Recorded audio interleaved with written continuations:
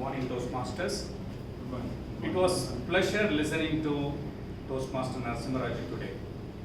This is a special project because it is of 20 minutes length, like 5 to 7 minutes on speech and then the rest in the Q&A. Toastmaster Narasimharaju did excellently well on two specific areas.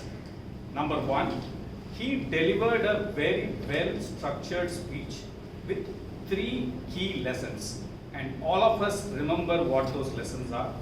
People are more complicated than technology, leaders need not know all the answers, and leaders are tested during the crisis. That is what we call as the wartime generals.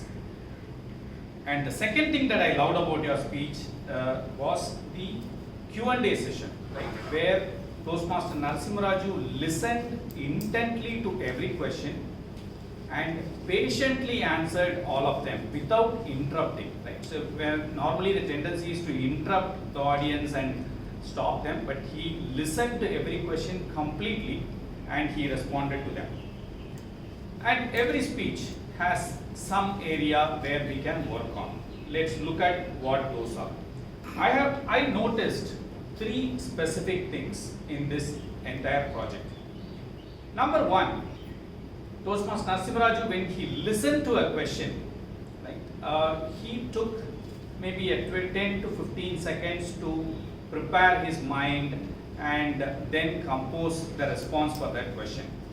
We can actually make that more effective if you paraphrase the question. Right? When you paraphrase the question, there are 2 advantages. One, you make the audience feel good that you got the question. Number 2, that gives you thinking time to prepare. Second improvement is you use that thinking time and find out a story to support that response. Right? So for example, if you are talking about, I think this applies to your 7-minute speech as well. If the 3 lessons were supported with 3 events, right, that would have built a lot of credibility to you as a speaker. No, I will think that, oh, this person have been there and done that, right? That is the second thing.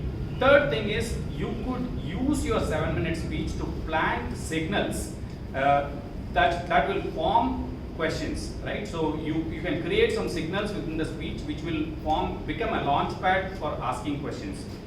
And if you want to stretch yourself on this project, reverse engineer your speech and preempt the questions and keep the Q&A ready.